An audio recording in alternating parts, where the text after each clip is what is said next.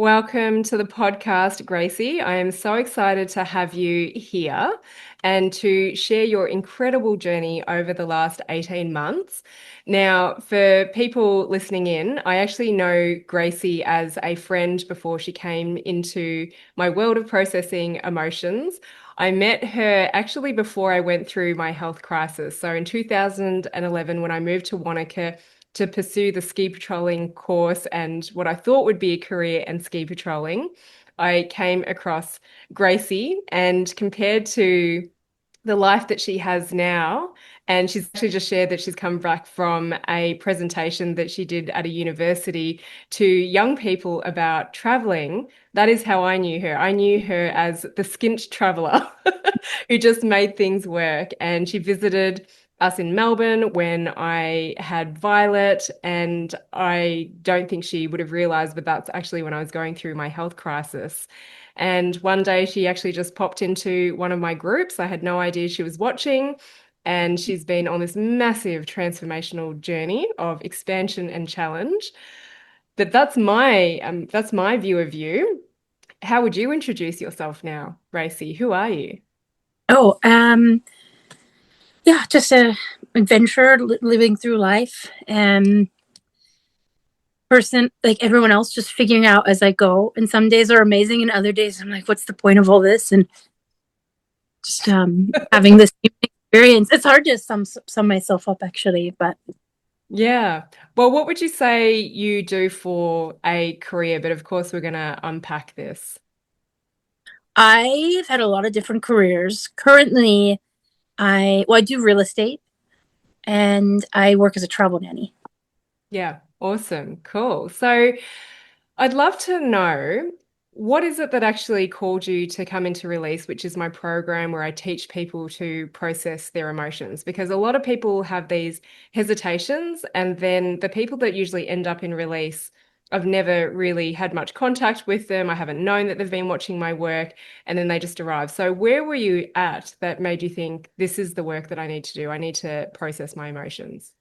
Yeah, well, from having known you, I always like in my mind, I'm like, oh, this wonderful person that does healing because you helped me quite a lot before you went into the whole release side of things with some pain I was having, and just your approach to it and just the authenticity kind of stayed with me. So I saw your release for years before I joined it. Like at least I don't remember how many rounds. I might have even seen it from the beginning. I'm like, oh, it looks great. That sounds really great. And seeing your social media posts, and I was always busy. I was like, oh, I'm really busy. I cannot commit to this right now. And then I saw, I think the one prior, I saw that. I was like, oh, I want to do this one. I'll do the next one when I'm less busy. And then when the next one came around, which was August 2024, 2024. yeah, August 2024, I was like 5 times busier than the previous release. So it did not work out. And I was just like, I feel this. I think this will really help me when I really get to the core of all the things I'm having. It does feel like it's emotional and the answers are within and I can work through that. I've always believed this. I was like, all right, I'm just gonna go for it. And my life was pure chaos. And I just signed up for your course. And I was dealing with a really awful relationship and a mentally ill partner in and out of the hospital for suicide risk. And I was working a full-time job and his job because we worked as a co-managers touring the country. So I was covering for him, working my job, working his job, dealing with his mental health and managing a rental property, overwhelmed and burnt out. And it was not the time for a release, but I joined anyway. And as you remember, I wasn't able to show up that much, but it was in the background, like, okay, this really works. I tried to do some releases and then I fell a little behind. So I was like, I'm behind. I can't do it now. Um, but kind of towards the end, I started doing some of the releases, making the time that I could. And it shifted. I can't even remember, but there was a few releases I did. And then the part where it just like happened was like magic. I don't remember when that was, but there was enough things that happened in my brief time in the release of the 6 7 weeks that I was seeing something happening that made me be like, yeah, this is definitely worth pursuing. But I was very hard on myself too. I'm like, oh, I'm not doing the work properly. I need to do a better job. But I am happy that even though my life was chaos and I didn't get to show up as well as I have, and more recent releases, I am happy I did it because things have like really shifted in a lot of ways since I joined.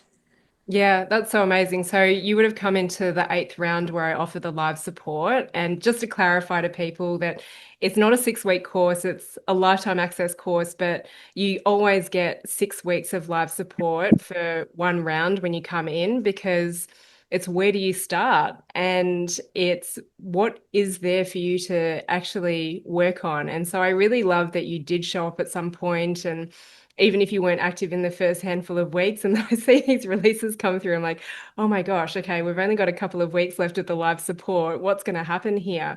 But you did experience change. And although it feels like there was so much going on in your life, I always say to people, just start processing your emotions and you're going to start to get your messages. You're going to start to understand why is this all happening for me? So, what were the changes that actually happened? What were your realizations that came through in your releases? Because you did make a big change towards the end of release. Definitely a lot of things around the relationship I was in. And I had been having trouble setting boundaries for years and sticking to them. Like I knew things weren't right. I knew I didn't want to be in this relationship. I just couldn't stick to it because something would come up and I'd be like, oh, I have to help. And that was a huge thing for me. The patterns and nothing changed about the other person. It was entirely me. It was what I allowed and how I held the boundaries and how I took my own personal action and my internal processing um, made me finally move forward of that stuck pattern I had been in for 5 years. And one of the biggest things was the guilt. I am one of those people that's guilty all the time for no reason. And a lot of things I hold on to guilt when I shouldn't, especially in a relationship. And I was finally able to process enough of that I could see beyond it, I suppose is the best way to say that a lot of my actions were being controlled by guilt that I didn't need to hold because I shouldn't feel guilty about those things. So once I let go of a lot of that, I could be like, no, this is really not appropriate. I should not be in this relationship. I have, and take those steps forward. And that's when a lot of those patterns in my relationship shifted. I don't know if it was in the first round of release or in like that 6 months of because like you said, I did catch up on a lot of things after that like more live coaching ended. I did go back and watch a lot of the coursework and replays and release process. I watched it a few times to really get it. And so, but it was over that 6 weeks that I decided to leave my job and pursue something new, which was also like a huge, it was awful in the process, but it resulted in a really amazing new career opportunity. And then those are the So two biggest career and we'll, relationship. we'll definitely dive into the job side of things. I'm wondering, can you share a little bit more around navigating the relationship side of things, the guilt of leaving, the fear that you had, especially when you knew that your partner had a mental illness and was also threatening suicide, and Mm-hmm. navigating, I think a fear that people have is like, well, what if it happens? And then what if I'm responsible? And it's like, oh my gosh, you have done so many things here that it was really about helping you see that if anything did happen, that you're not actually responsible. Like why don't you share your perspective of it? Well, the coaching was really helpful because just hearing that come from you and also sharing in that group setting, like as soon as you find, for years I was covering for this person and not telling friends or family because you don't want to make them look bad, right? So just finally saying it out loud when I came in, it was like, this is what's happening, and it was like blah, that lifted a weight. And then having all that support to say, if that happens, that's awful, but you're not responsible. It really did help having that support. And then when it was really overwhelming, just doing a release on it and like releasing on guilt or just learning how to kind of sit with those emotions more and accepting them. Like the guilt made a lot of space for me to kind of sit in there and their emotions and say, I really hope this doesn't happen. I love this person. I don't want them to hurt themselves, but I have to accept that it's not my job. And well, there was this release or maybe a few releases, and it's of course very hard to put into words, but there was this deep comprehension and almost like a visual thing where I like see other people's pain and I take it and like put it here on my chest. And I had this maybe common sense to other people, but for me, this deep epiphany of like, oh, when I take their pain, I'm not actually taking it from them. I'm just copying it. I'm doubling it. So it's not disappearing their pain at all. It's just creating more of it on top of me. And it doesn't help them any capacity. So, and then there was just those more deep process of how I would just do releases and kind of reflect on that. And I was in that space for a while of realizing it's not helping him to to worry or be concerned, and just kind of accepting that kind of acceptance and stepping back. And then some things you said to me as well really helped, like giving from a place of love and abundance, not from a place of obligation. So over those like 6 months or so since joining the release and then going through finally getting out of that relationship, it was like all these little things of just releasing the emotions, having space, looking at it, having support, and accepting that. Like I really hope this person is okay, but it's not my job to fix it for them anymore. Yeah. And you were on a path of really following your desire, really changing your life, calling amazing things in. And I say that this emotional work is about holding massive expansion, but also challenge at the same time. So every now and then, this person kept on popping back into your life and you held a better boundary, but every now and then you did let him back in. Are you able to talk about some of the challenges? Like, I know that you helped him get admitted to hospital, but then also realizing that the system didn't really help that much. There was a time where you were in a car together. Are you able to talk about what happened Yeah, there? yeah, that was yeah. It was, I remember it, but then you bring it up. I'm like, oh my gosh, yeah, that was awful. This was after the first release course I did with you, but I was still, doing releases and using the course platform. And I've been setting the boundaries more firmly. I was saying you can't live here anymore because of the things. And he did move out. And then he showed up one morning in the car, just sitting in the driveway. I went to let my dog out and I was like, what are you doing here? He's like, I'm about to self-harm. I'm thinking taking my life. Can you take me to the hospital? So I did, which is it's a 3 hour drive because he goes to a specific hospital. And it was hard just trying to talk through it with him and support him, because I try to set boundaries, but then when he's like, "Oh, I'm going to kill myself," everything else goes out the window. I'm like, "Okay, well, the priority is keeping you alive," but that's really hard because I did realize much later it was a form of manipulation, even though I think it was also sincere. It was both. It's very complicated for anyone going through that. But I brought him to the hospital. I got him admitted, and it was just awful. I just remember just bawling and just being so sad of the whole situation. Dropping someone off in like a mental health facility at the hospital is a very scary thing. Just seeing him, and he's just like this sad abandoned child that just needs love, and so it was a lot to process. So I did utilize like a lot of the techniques I learned with you. And he was there 2 or 3 weeks. I went on with my life. I tried to just work on processing my own stuff and preparing myself. And when I went to pick him up, I I was also in the midst of all this buying a rental property, which is very exciting, very busy with that and working. And so I was like, okay, I'm going to pick you up at the hospital and then we're going to drive another 4 hours to the rental property just to stay with him a few days, see how he was doing. He's really good at property stuff. I thought it would help him to feel useful. Like so many different reasons why. So I picked him up. We're driving this long drive. I'm driving, and we're just talking. We're going over things. We're having conversations, and he keeps talking about moving back into my house.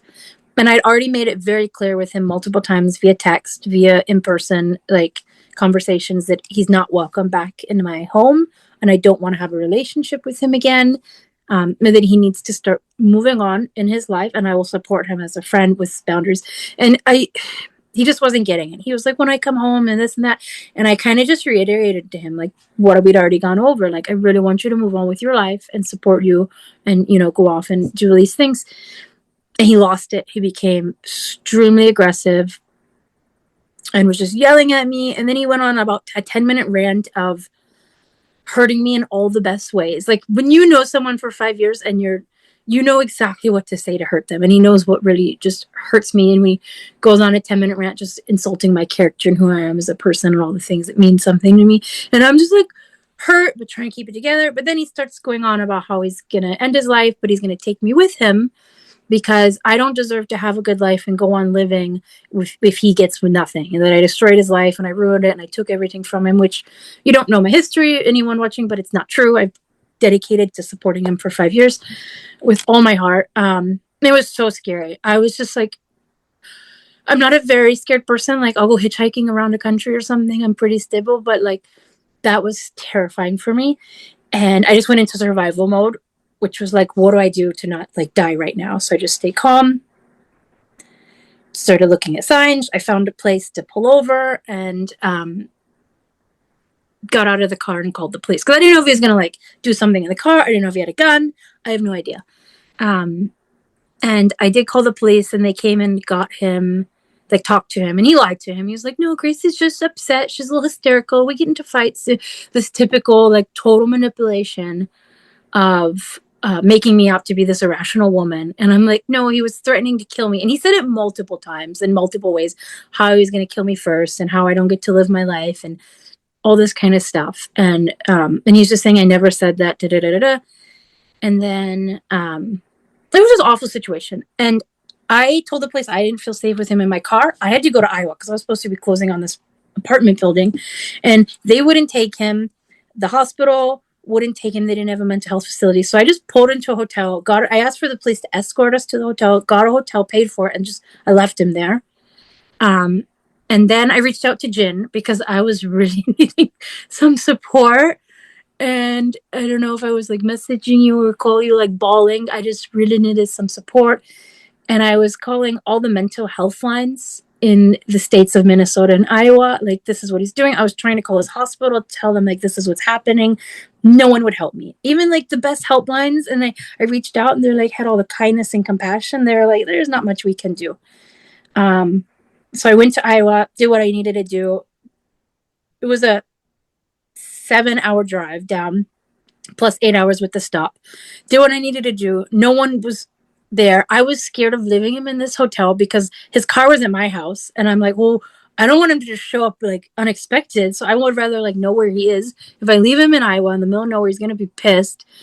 So I just like, he calls me, he says he's really sorry. And I'm like, okay, well, please don't kill me. And then I like gave him a ride. And I drove for 16 hours straight that day because I wasn't going to let him drive because I was worried he'd crash us. And it was exhausting and it was scary. And I got him back to the house and asked him to leave and said I'd never want to see him again. And I wish him the, like just trying to be as firm as I could and that I'd call the police and I'd put a restraining order if he came back and all that kind of stuff. I don't even remember the original question. That was a long answer, but that's what I went through. And it was so hard. And then I felt awful because I think I lost service and you were trying to call me back and I wasn't answering. So that must have been awful on your end because I like dropped this bomb of like, I don't know if I'm going to live. And then I like didn't answer the phone for hours because I was like in no service. I was just driving like nonstop, not looking at my phone, which is good. But That's that was right. a hard I time. actually forgot about that. But thank you for being so transparent because yeah, this was happening as we're going to talk about this rental property that you've brought into your life, which is incredible. And it's like, holy cow, this is the challenge that this woman Mm-hmm. is navigating at the same time, but not collapsing and just putting all of your focus and attention. And my gosh, just the processes you went through, the help that you tried to reach out for. It's also a little disappointing the lack of support that is out there when someone is in crisis. And I think that goes for all parts of the world, really. Yeah, absolutely. And it's so hard to even know what to do.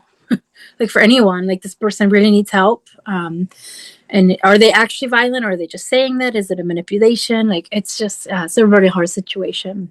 Yeah, And then and all of I've known you for quite a it, while, but I think anyone that meets you really feels the love and compassion that you have in your heart, the way you carry yourself, the words that you use. We can tell that you're not this kind of person to make this stuff up.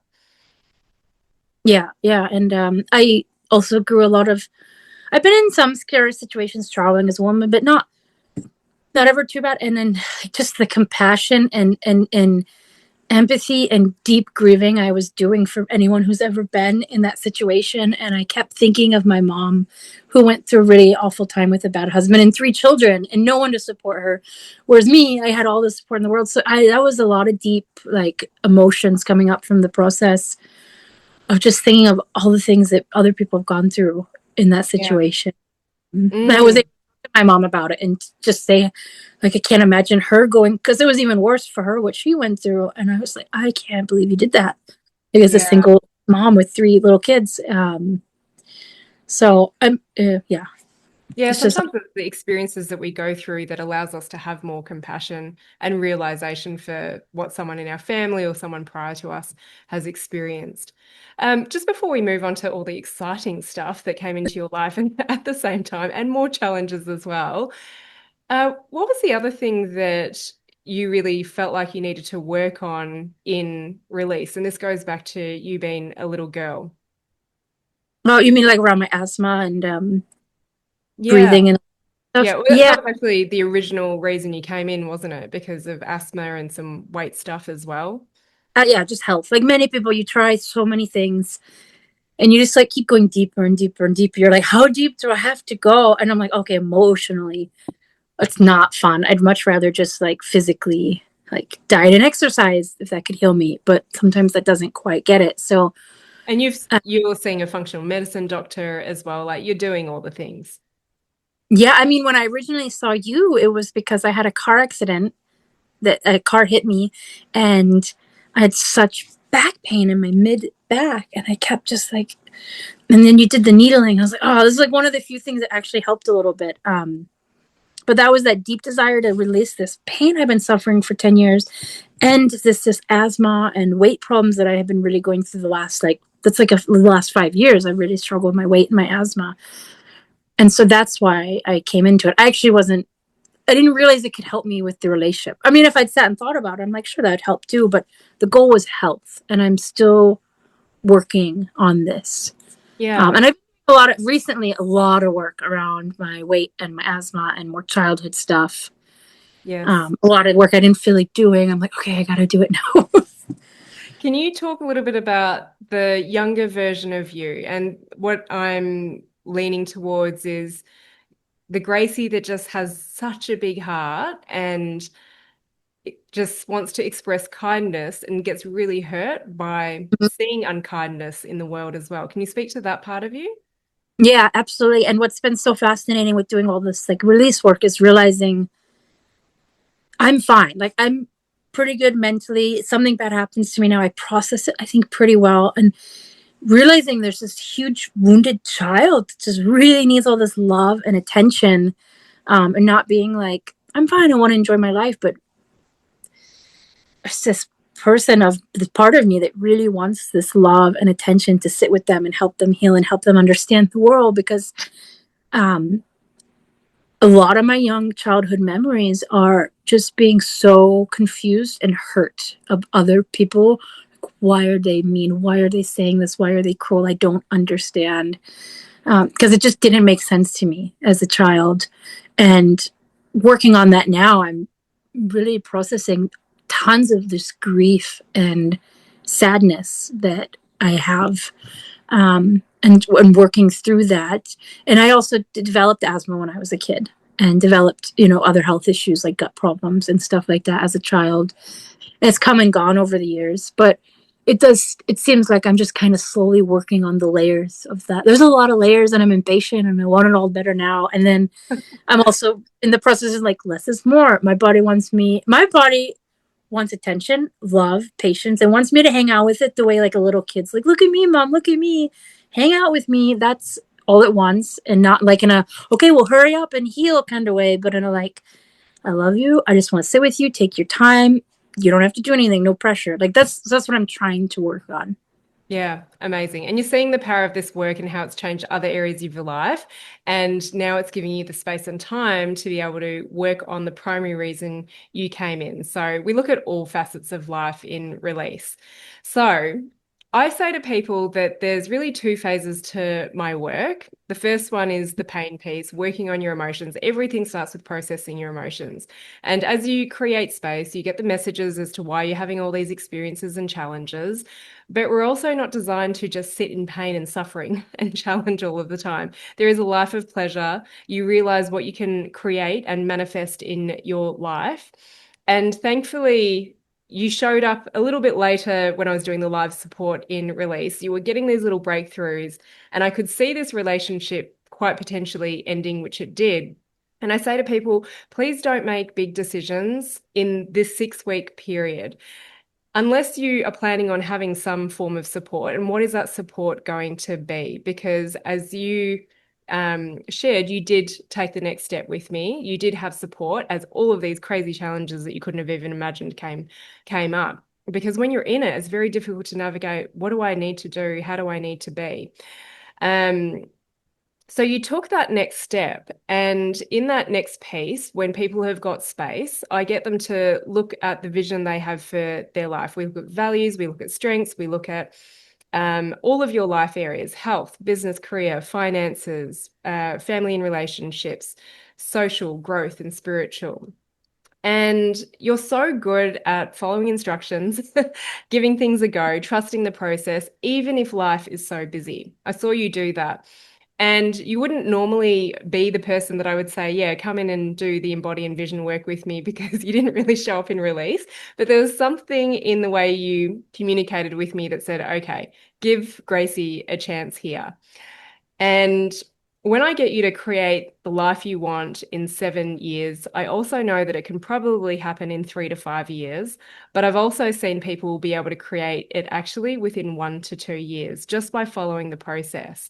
So, um, I've talked about you a lot on social media as the woman that had your 7 year vision come to fruition within actually 6 months. It was in motion in the first month and it finally settled in the first year. So, you own a property and you come from a really beautiful place of desire to help create community housing, affordable housing. You live with the people that you rent to. And what was your 7 year vision? Do you remember Ooh. it? Well, I will try to think, but I do love embody, which, and I'm happy when you asked about embody. I was like, yes, I want to be in this because you just tell me what to do and then I do it. It's just I love this. It really helps me because it's like there's desire to do well in life, like emotionally and all other aspects is there, but it's sometimes very confusing to know, well, what action can I take? What can I do? So just being like doing the live workshops on the calls, I love because I'm a little lazy on my own, or not lazy, just busy. I don't prioritize it, or even just sit down when I did like the other worksheet, I had like the Start Your Biz worksheet, and it just asked me the questions, and I write it down, and I just pour my heart and soul into it. Though So that's what was pretty. the vision? What was the business vision I for you? remember it was like 20 properties, and then the financial goal was to be cash flowing like 10,000 a month or something like that Yeah. was my profit after all the work. It was something like that. And I didn't have a job when I wrote that. I was looking for a new job because I didn't want to go back to that job that I'd had when I first joined Release. Um, and Yeah, so so the vision was 20. I think you one, actually had 25 investment properties and to have the cash flow of 10K a month. And I want to ask you, did you think it was possible? I thought it was possible, but I thought it would be more like because it was a 7 year thing. It was going to take a little longer.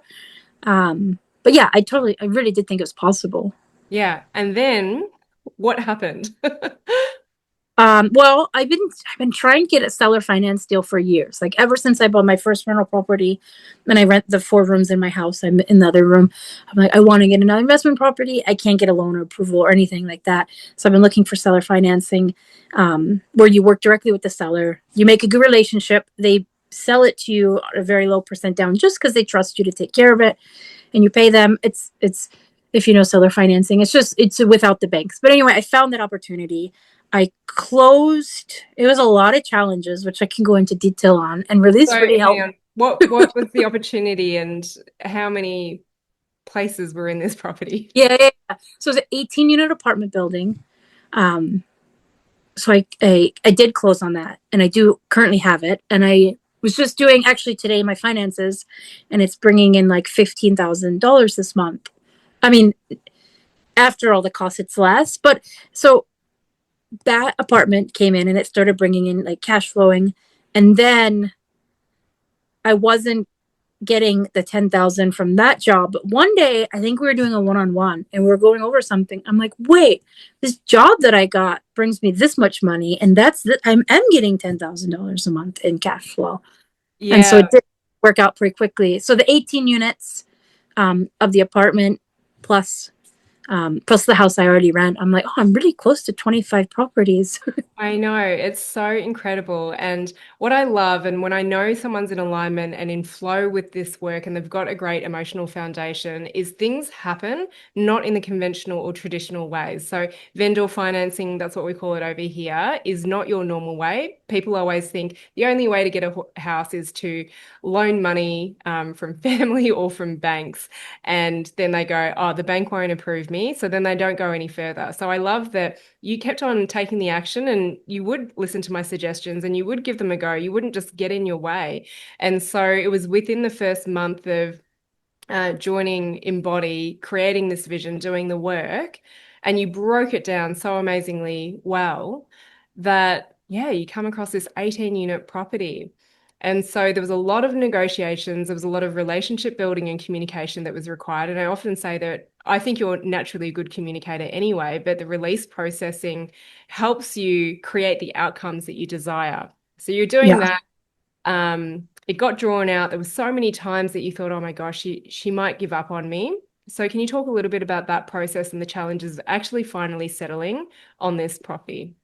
Yeah. Well, what had happened is we were in release in October, right? And then Embody must have happened in November, December, which is November is when I first went and looked at the Um, property, I believe. Embody started in October. So you started and finished Oh, yeah, release yeah, yeah. August, September, then you started Embody in October. So I went and looked at the property November 2024, and I was like, yes, I want this. And I still had all this other stuff going on, like trying to be in the release and then managing, still working two jobs. Actually, there was a third job I was working on the side. So it was a very hard time. And then I went and looked at, and I was like, yes, I want this property. And she wanted $100,000 down for 10% down on the property. And I thought at that time I was potentially going to have my partner bring the other half, which, as we know, didn't work out to stay with the relationship or get it from somewhere else. And a lot of things fell through for me. And I only have $50,000. And I was like, I'm so sorry. I love this property. I see. And I explained to her, I might have already done the workshop on like my vision for the property at that point. I was like, this is my vision. This is what I would like to do with it. But I don't have that $100,000. I'm very sorry to waste your time. I wish you the best. And she's like, actually, I'll do $50,000 and you can pay me the other 50,000 over the next 12 months kind of thing. So she just made that work for me. So 5% down on the property.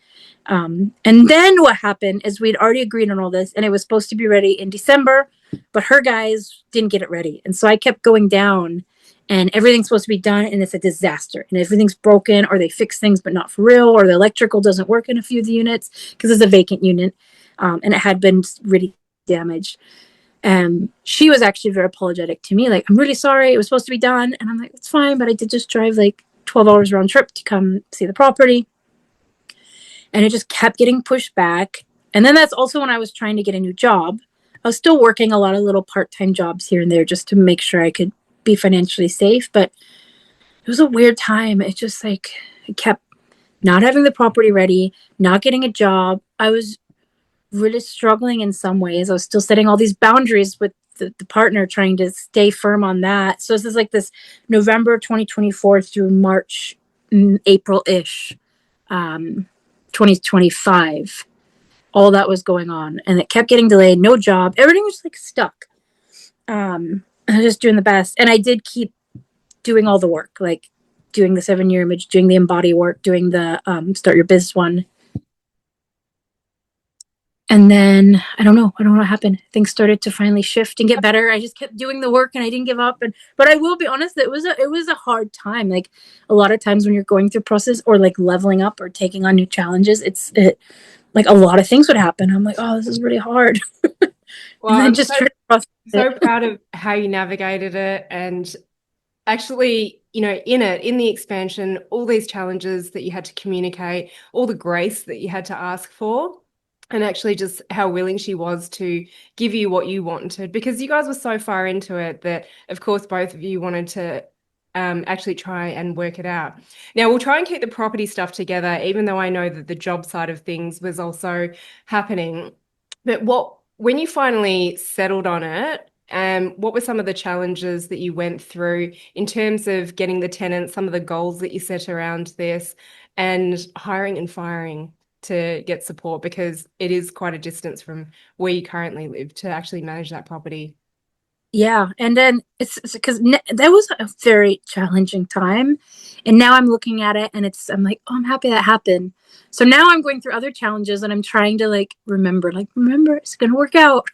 um, but we finally closed in May, and it still May wasn't ready. Still May 2025. 5.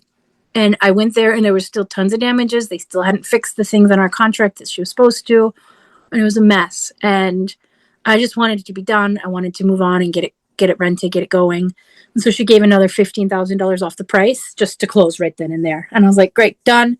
Oh yeah, And this is probably your first little window around. So the first stuff that you were manifesting around money was discounts, like, oh, you don't have to yeah, pay 100K, you can pay 50K. Oh yeah, we can push this out. You don't need to pay just yet. And hey, I'll drop 15K off the price of the property. So that was because there's some cool money manifestation stories coming up. yeah, yeah. There's manifestations or just later on when I got just delayed on the payments. But so I took it over in May. And then I had planned, because I left my old job in December 2024, I was supposed to move to Iowa, live there for the 3 to 6 months, and do most of the improvements myself. Like, I'm pretty handy. I can watch YouTube. I can fix most things, major electrical, plumbing. I call an expert. And so I had the savings. I had all the time in the world. I was just going to live there, do some maybe part-time work as needed. And then when it just got pushed and pushed and pushed, I also got a job in May. So it was a really challenging time in a good way to get an amazing job. But also I wasn't able to be there. So I was in this space of like, there's still a lot of repairs that are needed. When I took over the property, I had a 4 month grace period before the payment started to the seller. So I had until, what was it, October, I think. If I took over May, maybe September, October. It was September 20th. I had to start making these payments, which were about $8,500 a month. And then I had to leave. And so I found these people and I hired these people to do the renovations. And then they didn't do them and they didn't do them. And I was gone off in New York and traveling around with my cool new job. And it just wasn't happening. All these people I kept hiring were letting me down. They weren't showing up. I didn't know what was going on.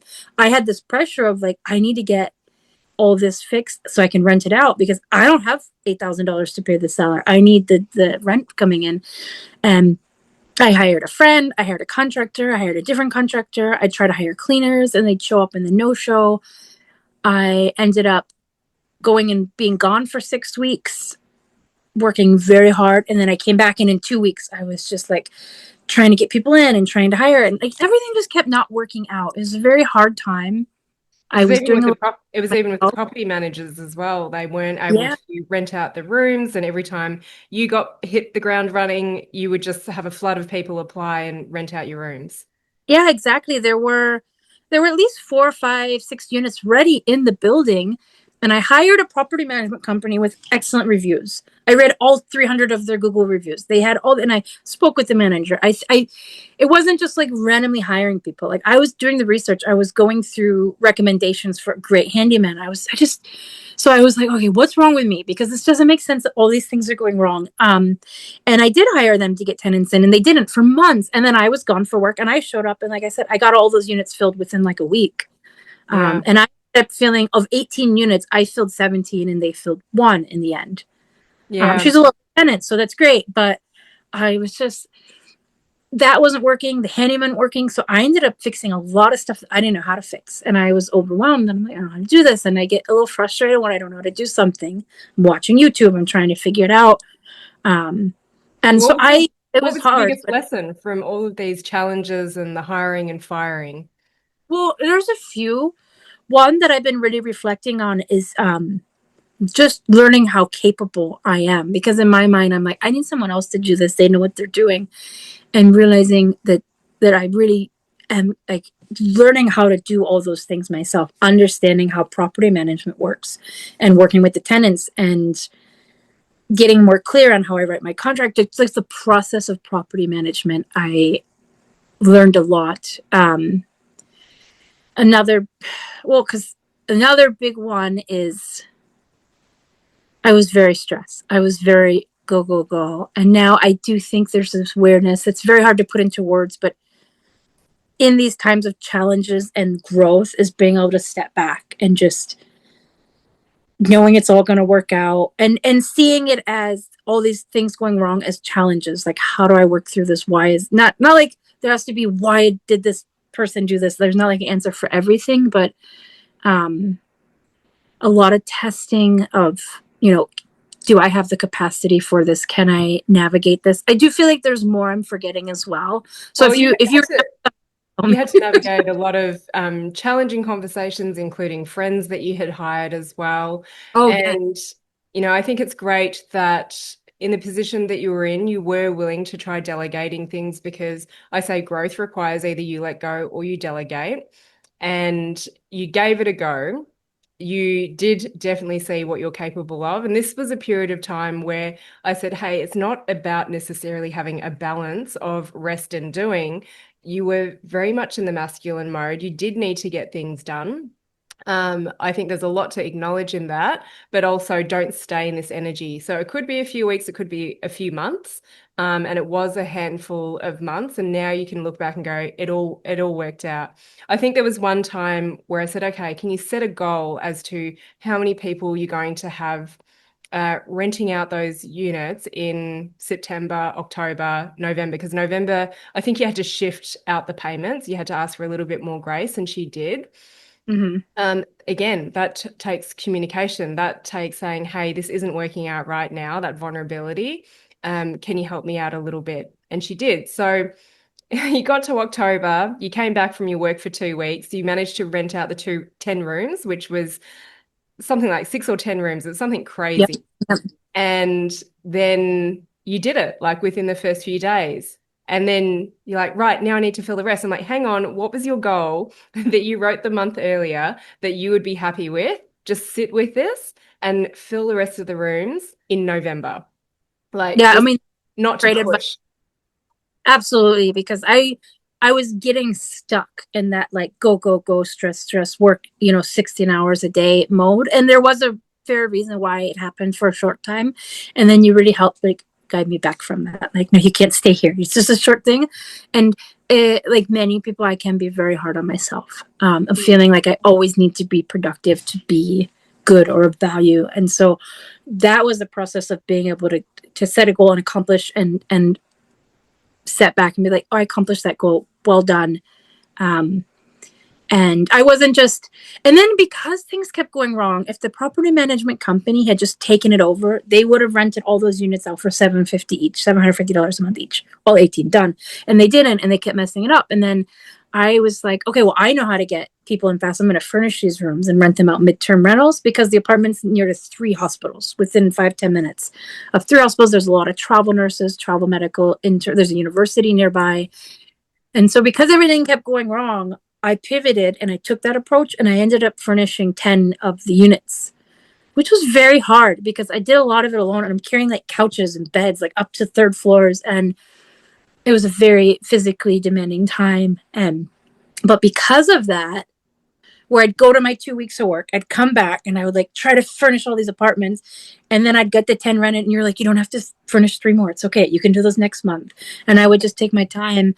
But because of that, I have a really nice balance now. I have about half rented unfurnished long term, and then the other half rented furnished, which makes a little more money per month, but it's shorter term. And I love that. I love that how that worked out because it wouldn't have happened otherwise. And I do make more money. Um, Yeah. more money per month. I like providing the service. I like helping travel nurses have a place to stay. It gives me a lot of like satisfaction to provide a good place.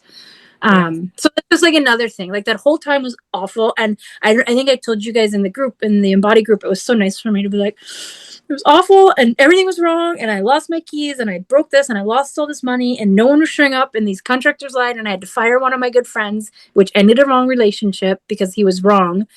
And I was in the rain and my hitch was stuck and I just like collapsed in the street sobbing. And it was like, oh my God, I hate my life.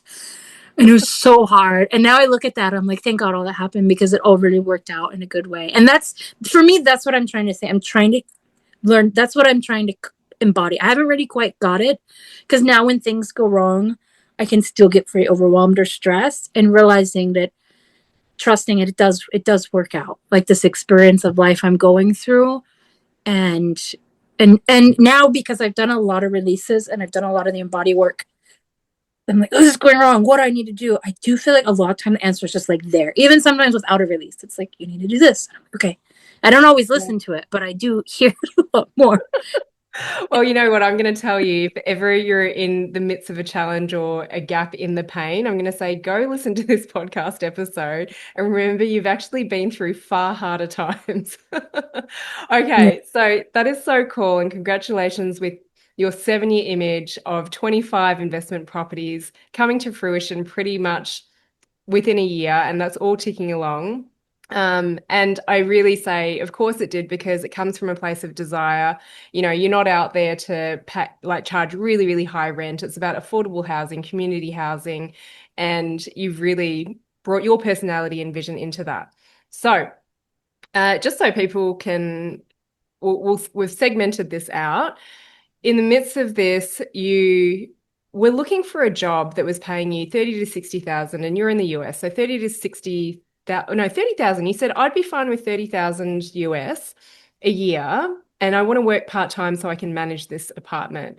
And what happened in the job searching process? Okay, so I remember you oh, had a trial and then another opportunity showed up. absolutely. And oh, and I will add on the property thing because I'm not at 25 properties yet. That seller has an 11 unit she wants to sell me, and I know she'll give it to me way cheap down payment. And I am saying I'm not ready yet because I need to work on my other stuff right now. So that's actually like, it's like they're waiting for me. I'm not sure it will Okay. stay there. It's like an available option, so it's super cool.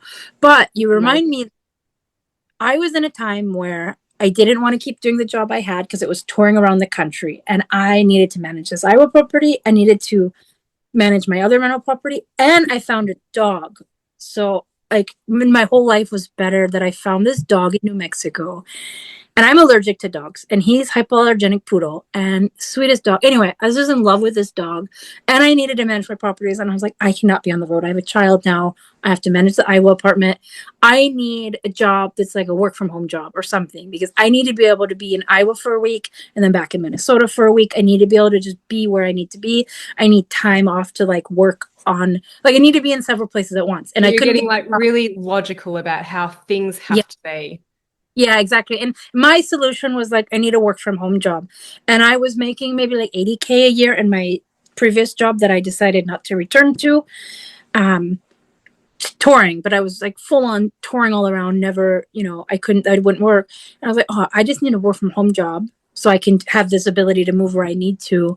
And I'm willing to take a pretty big pay cut because I just need enough, it was like at least 30, 40 up to 60 was kind of the range I was looking at for I this work love from that home. you Like, say that's this fine. because whenever I hear people say, I'm willing to work less and take less, I'm like, why don't you work less and earn more? You know, why don't we ever think that way? I didn't realize that was an option. Mm. And so I was redoing my resume, applying for all these like online jobs. And I'm not an IT tech savvy kind of person. So I was just trying to like anything, like customer service, like any kind of job, anything online. I didn't care. I would do it. And I think it was Even if about well, you were applying for 3 months and you're like, I don't usually not get jobs. What is going on? Again, what's wrong with me? yeah, really, usually I can get a job pretty quickly. And then yeah, it was a stressful time. And also this was when the rental property kept getting delayed. And I was like, I should be using this time to work there. And financially, I needed money to pay for all the things. And I don't remember when it was because I was applying jobs from say December through April, I guess. And it must have been sometime around March 2025. I just stumbled because I was looking for all these online jobs. And while I wasn't getting an online job, I was like, okay, well, I'll get a nanny job in Iowa where the apartment was. I was like, at least I could just get a nanny job there. So when we finally close, Well, I'll you work on the. you saw these nanny jobs and you thought, oh, actually, I'm qualified to be a nanny. Yeah, because I forgot I had a long history, tons of childcare experience and travel nanny experience. And like, so I was like, okay, I'll get a local little, $20, $25 an hour nanny job in Iowa. And then because I went down that rabbit hole, I stumbled onto this thing called like travel nannying and rotational nannying. And it pays a lot of money. I was like, oh my God, this is a lot of money. And the best thing, which I didn't realize was possible, it's a 2 week on off job. So you work for 2 weeks and you have two And weeks off. what was the pay range that you saw? What was a I lot was of thinking like from $100,000 up to like 250 US, 250,000 US dollars is the most I've ever seen. And I'm like, wow, that's a lot more money than I was thinking. And I get to work for 2 weeks, like in New York or LA, or just travel as a travel nanny. And then I get 2 full weeks off to come home. And I was like, well, that's perfect because I can go to Iowa for a week. I can come home and hang out with my dog. I can see my mom, my friends. I love that. I love working a whole bunch and then having, when you did the human design with me, it was like, I want to work and then I want to hermit. I was Yeah. like, oh, job is just for me. I have all the, I just want to be in a cave alone and get my energy back. So I was Yeah, just I renewing. also remember you got approved for a trial for one of these remote jobs, and you're like, oh gosh, now I don't want to disappoint them. I don't want to mess them around. But there's this other nannying opportunity. What do I do, Jen? And I was like, Yeah. Yeah. you decided to pursue the nannying side of things. And how did that turn out? Yeah, well, because all I wanted for months and months, I was like, I just want to make like 20, 25 an hour online job. And then I got a $25 an hour online job and I felt awful because then I had this nanny opportunity. I was like, well, that's like 3 times the salary. And I only work half the year. Hmm. And you're off those 2 weeks, you're off. And so I had to go and have the hard conversation. And I didn't want to have the hard conversation. I'm certain you gave me some guidance on that. Um, and I did have to let that job go before I was certain I had the nanny job, but I was just kind of like, this is what I want. I'm going to go for it. I think I Yeah. had a tie with the family, the job I had the nanny job, and I don't know, I couldn't do both at once or something. But anyway, sorry, what was your question? Oh, share the process of the nanning interviews because you went through a few, and this is how some of the vision work that we worked on that you now had space for came into making sure that you're choosing a job that's in alignment with you and your Yeah, values. So yes, that was. yeah, there was a couple of families, because sometimes people go, well, I'm going to get paid so much, I'm going to mold myself to it. I'm like, don't mold yourself to it because you're not going to last otherwise. Absolutely. I just wanted any of those jobs that I saw because I was like, wow, this is so cool, it's so shiny and sparkly job. And I'll work for any family. And then I found one and it was like, I don't know, like 100,000, 110,000 maybe. I don't remember the exact one, the 2 week on off. And I went to interview and I was really like, We just had a I guess feeling, didn't you, as well? I didn't like them at all, but I was like, I'll still take the job. But also, I don't know.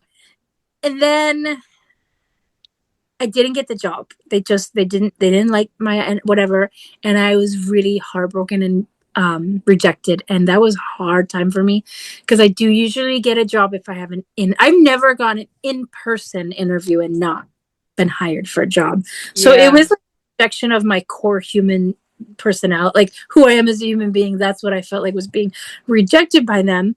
Yeah, it But was so also, interesting for you to navigate this, having never been rejected from a job, but you moved through it with the release process I again, did. and you held that vision, which you had already created. It's like, all right, now we move on.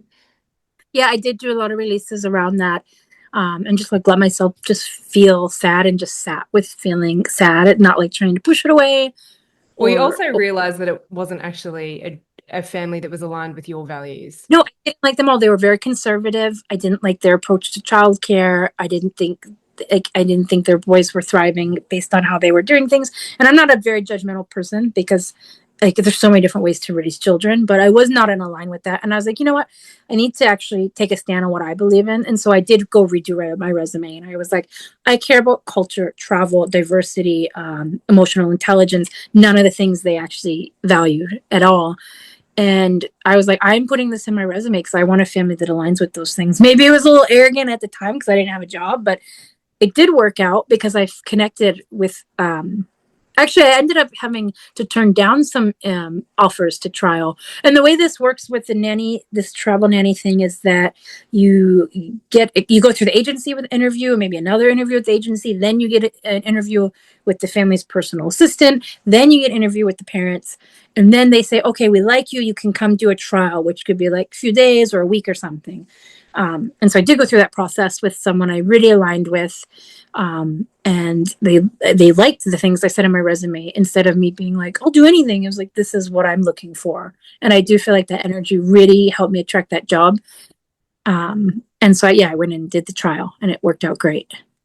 Yeah. Oh my gosh. Okay. So now you got to tell us, what was the job that you landed? What was the pay? What was the deal? What were all the bonus extras that you got? Oh my god, I'll probably forget a few, but I got a job for a family that really they were they helped me go through a lot of challenges, and I used the release with them a lot. But I got a job that was paying $140,000 a year, and I had my own apartment in New Where? York, in Manhattan, looking over the Hudson River. It was like a beautiful, like really. I remember looking up the apartment when it was like a $20,000 a month rent on that apartment. I was like, wow, this is so fancy. It's 140,000. Caring for the sweetest kid that I adored. He was just so lovely, and I would go there. I would do my 2 weeks of work, and we'd have adventures in New York. I mean, I loved the job. I was like, oh, I can't believe I'm so lucky to get this job.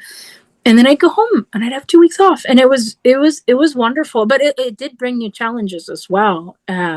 Before you go into the challenges, though, there was all sorts of other cool stuff like travel. Tell us about the travel. Oh yeah. You were sending us messages in the group of like where you were, the meals that you were eating. Oh my gosh. So we got to go on a private jet, which I've never flown a private jet. Like flying on a private jet, traveling around Europe, going to the most beautiful island country that I've ever been to. It was just like paradise. And I was getting personal hotels paid for, but like fancy ones where I'd be eating lobster on the beach at sunrise before I went to my shift with the family. And I was just like living it up. And I'd get some days off and go. I think I sent you guys when I was like scootering around the island, like going to beaches, and like it was just like so Yeah, we're fun. just like, what is this like? Look at The what Gracie's fun. attracted.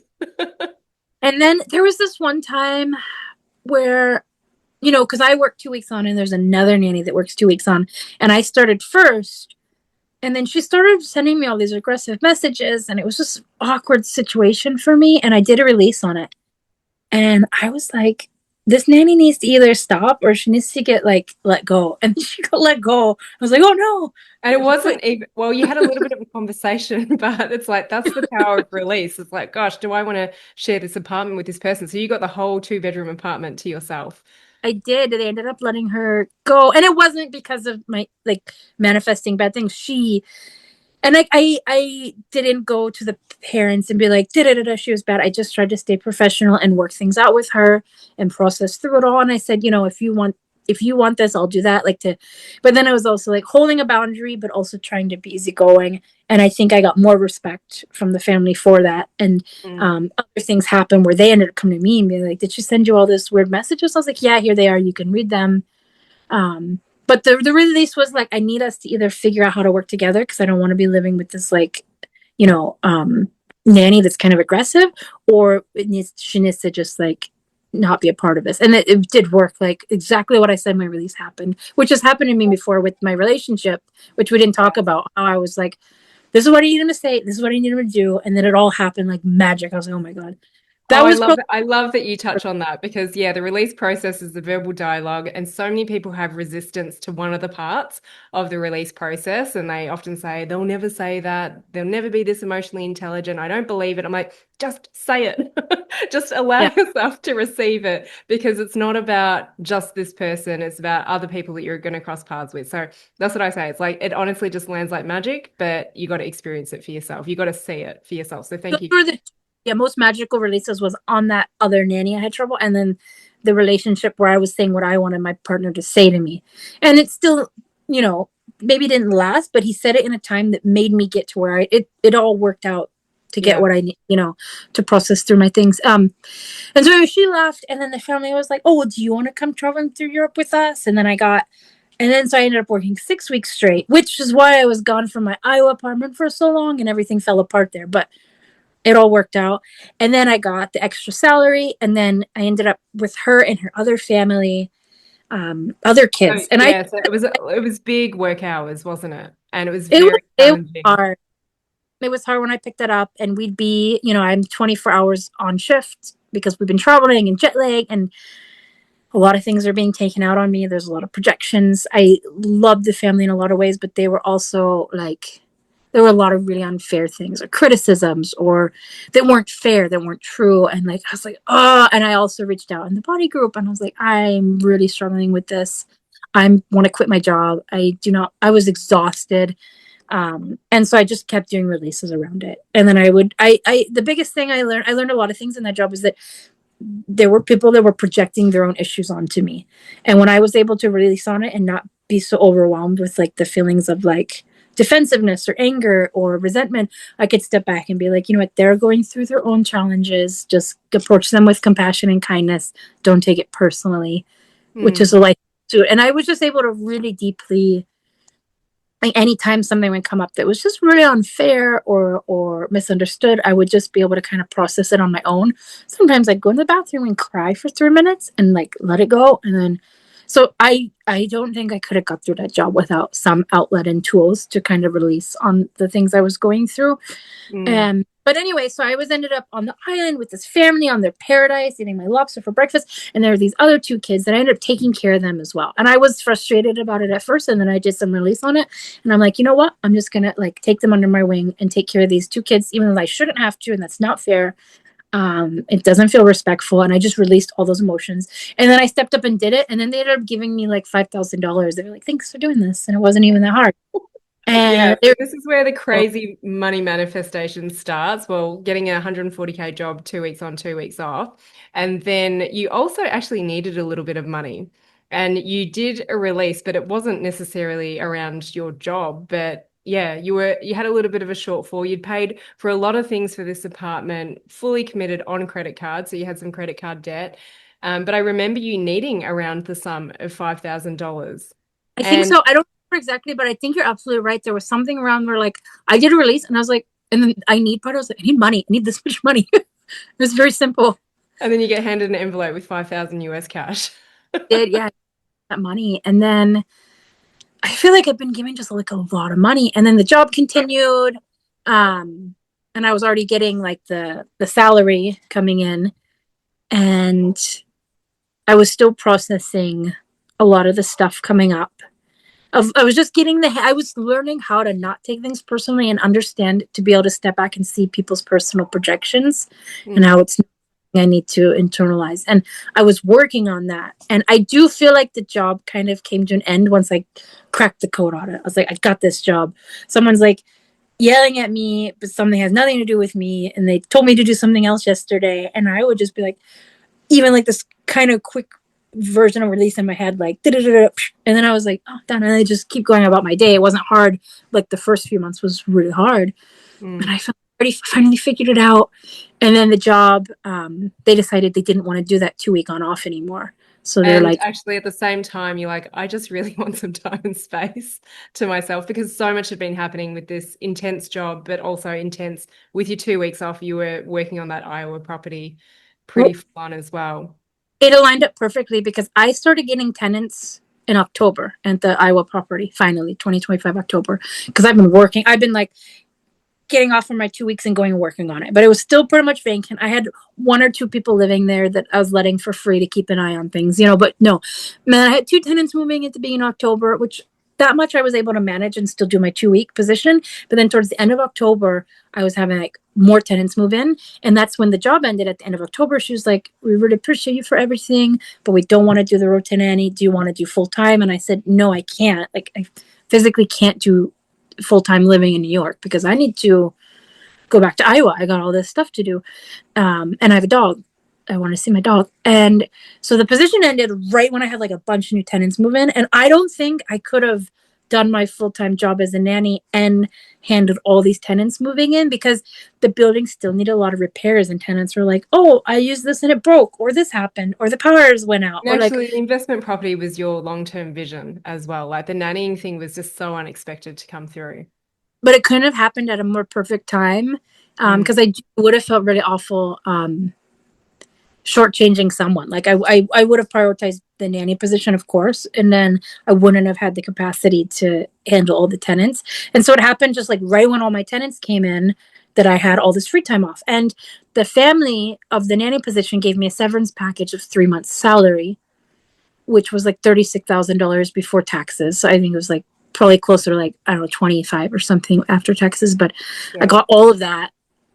So I pretty much, and insurance, which is important in the US because we have awful healthcare system. And I got November, January, and February paid off of work, and I was able to just focus on the Iowa property. And you are right because I was burnt out. I was like, I just need some time. I just need like the biggest thing I want is time and freedom. Like I want financial freedom, time freedom. I just have so many things I want to do. I'm always busy somehow. Even now, I haven't those 3 months off. I was so busy. Mm. And I got that, and I was like, wow. And then the family was also like, we really want to thank you for everything. We really appreciate you. And so on top of that severance package, they also sent me $5,000. And then like a week or so later, sent me another $5,000 because you can send up to like 15,000 or something tax free. And then so they sent the 10,000. And then like I was just doing my own thing, working on the Iowa property, really busy. And then on December, on New Year's Eve, I got another $5,000. It was like $15,000 that they just gave me, which helped because I really needed the money again because It's the Iowa was crazy. expensive and like things kept coming up. I'm like, oh, this is really expensive. And so I would like need money and then the money would happen. Yeah, Um, and I wouldn't have been able to do the Iowa property without it, honestly. Like I did take a lot of risk you with did. that. And it was more expensive than I thought. Like I've put well over $50,000. I think way more than that. I don't even like to think about how much money I put into this property. So that money was I don't know if I did a release like I need money or if it just happened. I don't remember. No, but this is the key thing because some people get really frustrated. And that's where I say to people, don't come in with an expectation. Don't come in with an expectation that your health is going to turn around, that you're going to magically manifest your ideal partner, a career, or money, because that's the thing. And that's my biggest realization is that you never came into this expecting any of this. So, as I said, the vision was the investment property. The nannying is something that you didn't even expect. You didn't even know that this kind of work was possible, but it opened up the pathways and the journey for you. You desired the money. And this is where I say that you're a really good example. We can feel your energy through your words that you just simply processed your emotions. And then I would say you created space for money to land because through a particular part of the release process, what we're actually really working on is our ability to receive.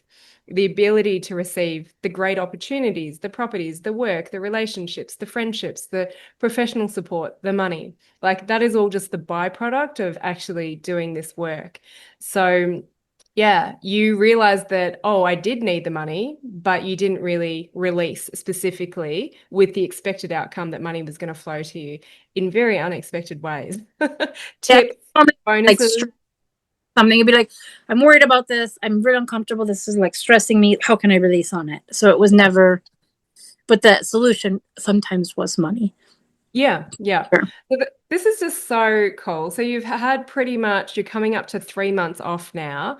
And even though your desires weren't that specific of, I want time freedom, I want financial freedom, you've got it for a few months. So the universe is giving you a little glimpse of it and asking you, okay, how are you experiencing this? And Yeah. so there was an element of the support of like, hey, Gracie, you just got what you wanted. Now sit in it and experience it, because it is very easy to just get back into that work mode once again. And, we even talked about the properties. When you create space, you get all these ideas. Do I invest in more properties? And it's so important that when we get what we desire, the money, the property, the business, the partner, that we actually really sit and acknowledge, what does this really feel like? Does it feel like how I thought it would? Um, but of course, after a period of time of sitting in that, we then naturally want to desire something else because we realize what we're capable of. So yeah, you had a huge amount of risk, money, financial risk, which for certain personality types, you can tolerate it and you can work through it. And you had a huge amount of commitment. And this is the end result. Because I think a lot of people, if they had seen you in that mode, they would have gone, oh my gosh, I don't want this. But the reality is that if you want to create a business, if you want to create stuff for yourself, you do have to work for it, and Hmm. sometimes work more than you ever expected, but it's not healthy to stay in that all the time. Absolutely. But yeah, so I have been sitting in that space, and I have managing the property still has been a lot of work, and a lot of things in my life otherwise kind of fell behind. And also, I'm exhausted. I was really burnt out. So a large part of me has been just tired, and just letting myself have some time to rest has been Mm. amazing. And being able to do it without feeling like guilty or have to do something. So it's and been a whole entire new like things I'm working through and new challenges Yeah. from. So what are the changes that you feel like through all of this experience? Because I say that emotional work also helps you to collapse the timelines as to how things can manifest in your life. And you've given us a really clear representation of that. And as a result of so much happening, so much expansion, so much challenge in a short period of time, what changes are you embodying moving forwards? um I don't know, it's like so many things I was working on that I didn't know how to do are now like just my everyday, like the What? boundaries and working Yeah. with people. I mean, I'd always been able to delegate in some ways, but now I'm able to delegate in ways with people who might not respect me necessarily. Like, like if I have a close team of people, I can build that healthy relationship. But now I'm able to kind of do it in a different way of, and a lot of it was with your guidance of saying this is my expectation and this is what I want. So like there's just like a lot of little things I used to have to put a lot of energy into that I don't anymore. The Iowa property, even though I thought I needed a property management company to do it, I don't have one, and I'm managing it myself, and I haven't been there for a month and a half. I am going down tomorrow for a week to get 2 units ready. But I guess I just think, I don't know if that's the exact answer to the question, but there's a lot of things that used to take a lot of my energy, and they're a lot less of my energy Yeah. now. So what Um, I see for you, it's the boundaries. It's always living by your values, and you will talk yeah, on this as well in a minute, that you are applying for new jobs. So making sure things are actually in alignment with your vision, communication, actually being able to have hard conversations, yeah, and yeah, now to be able to handle rejection and not take it personally as well. Just seeing that it's helping you realign and get clearer on what it is you want, the people and places that you want to be surrounded by. yeah, Um, those are the things that I've seen. And actually, part of vision work is we work on desire statements and goal setting. It's so simple, yet there's so much resistance for a lot of people around it. And I honestly feel that when people take that pathway of processing your emotions, and it doesn't stop, new challenges come up as you take steps in alignment with the future version of yourself, is there is another phase of work after that. It's the values, it's the strengths. What do you want all areas, facets of your life to look like? What is the legacy that you're leaving? If you're going to die, are you going to be happy with how you have lived your life and the action that you've taken, the experiences that you've had? And then how do we stay connected with that? For me, it's through creating a desire statement, it's through creating monthly goals so that you actually know the action you're taking is moving you closer towards that bigger vision. And so I ask you to connect in with a desire statement and monthly goals daily. I don't know if you do it daily, but you do it pretty regularly. You stay accountable in our group. Can you share the impact of actually doing that work? When I do it every day of the month, it happens. And then like this month, I did not do it every day, and it has not all happened. So it does work, which is it's one of those fascinating things of like logically knowing it this really works, but then not doing it because I've been going through all these different challenges lately. But it definitely helps, like setting the goal and like you said, accomplishing it and being happy with it as well, and not trying to do more in that like that specific area is also a healing thing in itself of just Mm. reprogramming ourselves that like we are enough, we can rest, we can be thankful for what we have, just sit in it. um but if I would do it every day, it will be amazing. I do have the alarm set every night at 9:30 p.m. to go and look at my goals and look at my desire statement. I have it written down in a few places so I can visually see it. Mm. Um, and I'm in the It's so process now. funny how like some of the simplest stuff we just don't stay accountable to, and myself included. So, maybe this is just for both of us to go, right, what if we just for 30 days connected with our desire statements and monthly goals, what could happen? Well, I did it. I mean, I've been with you like doing what did you say, 18 months, and I think I've done it twice where I did it nearly every day, and I don't remember the details, but I do remember it worked better when I did it when I look at it every day. Yeah. And I was But actually it's, just it's looking at. even, you came into release with the live support, and I recommend people do at least 3 releases a week. You came in week 5 or 6, where I say don't start. Do not start if you're in week 5 or 6, but you did, and you only did a few. So it's just to say we're all different personalities, we're all different constitutions, we're all on different journeys. The most important thing is you actually get started, and it's not about going, oh my gosh, I've got to do 3 releases a week. I've got to create my vision. I've got to create a desire statement. I've got to create goals. And of course, the method and process I take people through for all of these things. I always question when people go, oh, I sat down and did my vision. I sat down and did my desire statement and goals. I'm like, you're not working with me. I wonder how you're going about doing this. Mhm. Because it's stories like this that showcase when you follow a process and you can trust it. It's not that you want to stay stuck in the process. It's so simple that life can just flow, and there's going to be challenges. Um, to I've got a couple more questions for you. You're searching for a new job, and I just want to touch on this because now you know what's possible, you know what someone will pay you. How are you bringing your values and possibility into the next nannying type job that you're looking for? And you've been getting some interviews. So, Yes, where is the bar and the standard being raised for you? it's very there's so much going on with all the new things I'm trying to go through and the desires I have. I feel like my desires are so much higher that I have to have a whole new capacity to handle them. So I'm just in this space of like a lot of ups, like some ups and downs too, of like, well, I'm asking for this. Do I have capacity? And what do I have to do for that? Or don't try too hard. And then also, like you said, letting go of that, like, you do some releases and you get this desire or this result, and you can't really hold on to that. It can't be like that clingy kind of desperate energy of wanting something. um so it's just a lot of different things I'm processing through, and I am trying to refine, like when I apply for something and I don't get it, I am able to move through that rejection a lot faster because I'm in a very competitive field now and I'm applying for really high positions. um and and I applied some positions where I was like, oh, this is going to be a hard rejection because I really love that job, and just being okay with that, like that's okay, I can Yeah, handle the you're rejection. really allowing yourself to actually experience it and Yeah.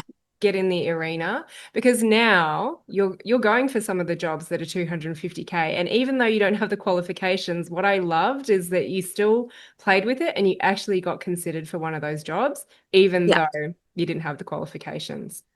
Yes, it was very exciting and just able to process through the rejection a lot better. Even so, it's like just the process of being able to put myself out there and then handle and process that rejection. That in itself is such a valuable thing I'm working through.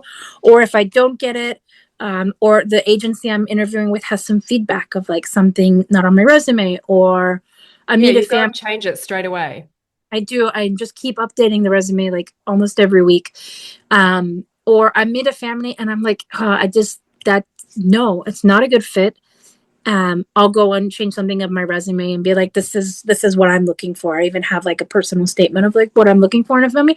And maybe that is a little too picky because I actually need a job, but the thing with childcare is that it's not like you could get a different, it's not like getting a job and you do it for 3 6 months and get a better job. Like, I don't feel like I have the heart to do that to children, because I've had jobs offered that were like 165K on a position, annual salary, and I feel like I could have done that for 3 months, but it was a 1 week on off job in a far away place. So I wouldn't, I need to come home and, check on my rental property. So long term, I wouldn't have been able to stay in that. I knew I didn't have the capacity for a 1 week on off position. When they interviewed me originally, they said it was 2 weeks on off. And when I found out, it's like a lot of money, and I had to say no, because I don't think that's right to accept that and then wait for a 2 week on off job to, and like part of me is like, oh man, that would have been a nice job. I wish I had taken it. But But I um love that you're looking at the bigger picture. And I think it's also really great for people to know that there are people with integrity looking for jobs, because it is very easy for a high paying job for people to just suck it up. But then the energy that you're around is not worth it. yeah, and I haven't turned down many jobs. So that's the big challenge I'm going through with this job, with my energy towards it. Is it like an open release energy, or is it like kind of like more like wanting it too much, or like, so I'm trying to just do that work, Well, I and think that's in also the value space. of, having a group to be able to share with. And it's not just getting input from me, right? Because when you're in it, it can be really hard to discern, am I doing this because it's in alignment with myself out of integrity, or am I behaving this way because it's resistance? So where is my responsibility? Mm. Mm-hmm. And then with the I am applying for these exclusive like 2 week on or 3 week on off positions. And I was reflecting about how when I was going for all those online remote work from home jobs, so I was really focused on like directly. So my releases lately, I've been trying to kind of step back, and like what I really want is like freedom and safety, financial safety, financial stability, to get paid off all the debt I accrued getting the apartment up and running. And I know it's a great investment, but like that's what I want, is that freedom. Like, so I'm trying to lean back into those emotions of it, and just keep refining, and but not being like I have to have a 2 week on off this kind of thing, I suppose. So I don't know. Well, I'm just you've pretty. already shared on here how your logical mind wanted things to work out a certain way, but then it worked out in the perfect way beyond what you thought possible. And so I would probably encourage you, hearing you now, is just stay open to the possibility and really connect back in with, what is the vision? What do Mhm. you feel? Because the first nannying job, you didn't even know stuff like that existed. Yeah, exactly. So it just, and it does feel like I'm I need to, like, I want certain things in the universe. It's like testing if I have this capacity, or I think you said something similar recently, and I'd already been thinking that, and then you said, I was like, absolutely, that's where I feel like I'm at.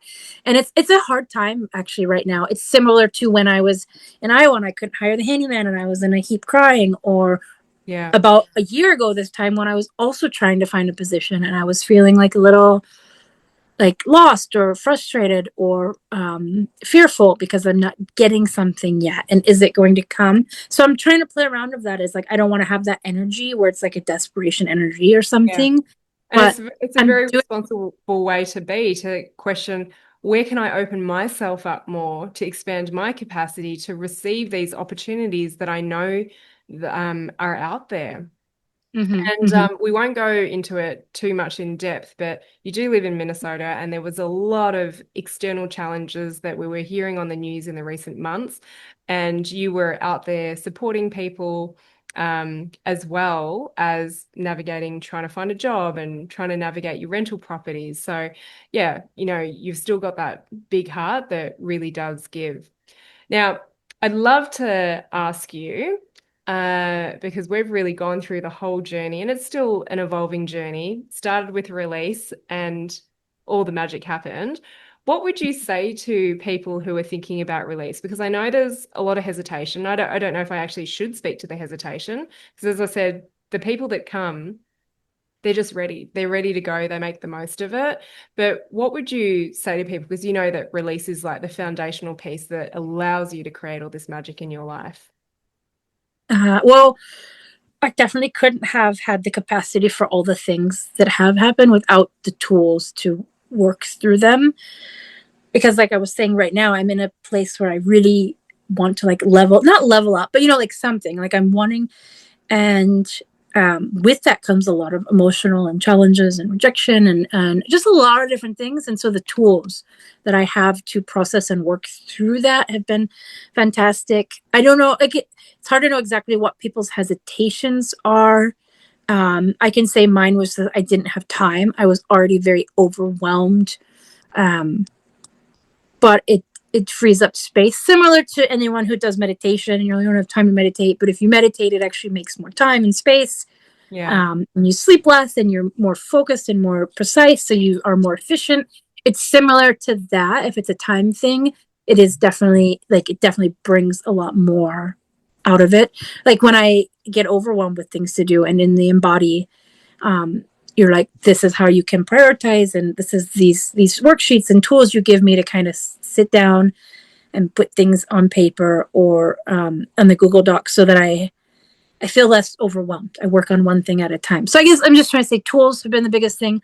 Other hesitation, I think I was a little fearful of like how much is going to come up. That might be like too much that's going to come up for me. And I do think that the body kind of gives me what I can handle.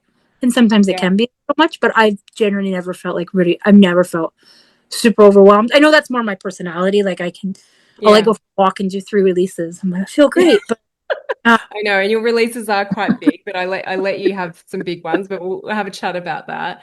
Can you comment about the support that you receive? Because I think a lot of people question the level of support that's possible in a group. And I know there's some things that people have around showing up in a group, but again, there's pros and cons to it. well, there's a lot of answers for that. But the sharing in a group is part of the healing process, even if it's hard or if it feels like more overwhelming.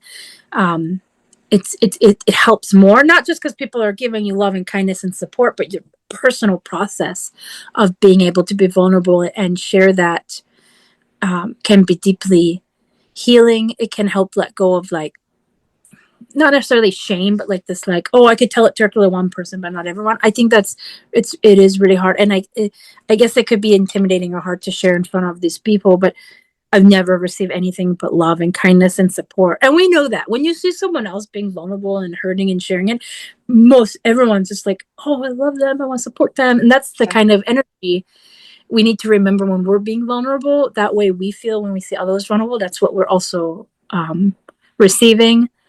Mm. But I mean, there's been so many times when I'm sharing in the group and just your support and advice or guidance or whatever you're giving me just really helps move me, so I'm not staying stuck in that or like really challenged through it. I don't remember the original question, but there's a lot of ways to answer that.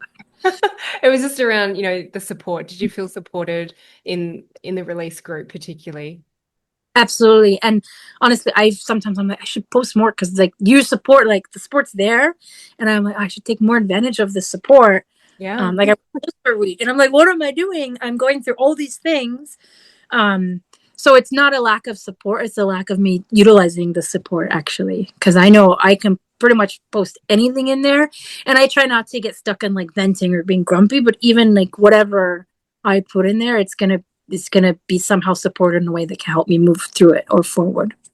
Yeah, so amazing. I love your life because we didn't really touch on it, but you have literally gone all around the world to jungles, to Antarctica. You've been in New Zealand, which is where I met you, Australia, so many places. You traveled, with this nannying job, and I knew you as Gracie, the bubbly, skint traveler. And now it's like, you're like a landlord, community housing, making all this money, travel nannying. It's just an incredible story. And I'm sure I'm going to have you on in the future and it'll be like another guess what? Guess what's landed? What challenges have you embraced? How have you moved through them? And what else have you called into your life? So cool. Thank you so much. Is there anything else that you want to share before we wrap this up? I'm sure there's dozens of great things, but I've shared plenty. Just to thank you, I suppose, because release is amazing. And then the support I've gotten in the embody group after that. Like I always do the releases and I'm just really thankful to you. It's helped me so much. And it feels like in some ways it's just the beginning. Like this, all this stuff is still integrating, it's still processing.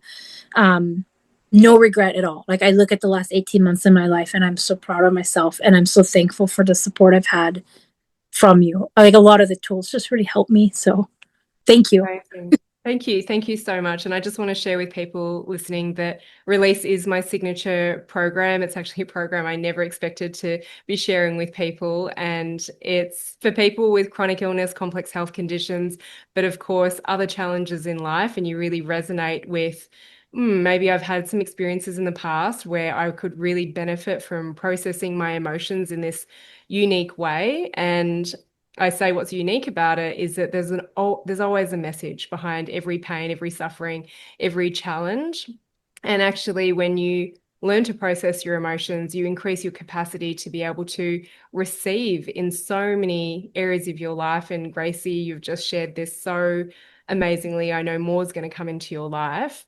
And so, if Release is something that interests you and you want to join and you want to make the most of when the live support comes on again, then just please reach out and I'm happy to have some voice messages, or maybe you're just like, yep, I'm on board. How do I sign up? Then let me know. But we'll put the link in the show notes so that you can explore it. If Release is something that it feels like it's too much for you right now, I do actually have some other offers as well. But really, Gracie just dove straight into Release. Life was busier than ever, and this is where you're at. So thank you again, everyone, for listening, and Gracie, really for you being open and transparent about your journey. Thank you.